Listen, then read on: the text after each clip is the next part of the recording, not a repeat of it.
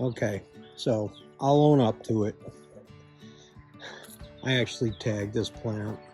I'm not a big topiary plant person. I mean, done right, I think they're really cool and they have their place in the landscape. I know they're quite popular. I just thought for a topiary piece, this was pretty good. This is Pinus sylvestris Riverside Gem. You can see the bluish cast on the foliage. Again, very slow. I mean, it's going to be, 2-3 inches a year, but you're never going to allow that to happen, because if you're going to purchase a plant like this, there is some maintenance involved, and if you don't feel comfortable, you hire somebody.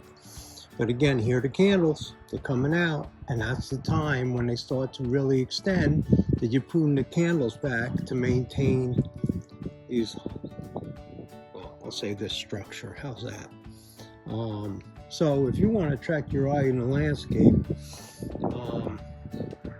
this is a plant that certainly could do it. Very slow growing, so it's not going to really outgrow a space, and you're going to maintain it this way. Because if you don't maintain it, you're going to end up with a blob, an ugly blob, by the way.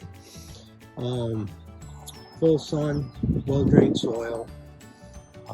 It's actually a Scotch pine, and you definitely have to have the right spot for this plant. Pinus sylvestris Riverside Gem. Really, really interesting.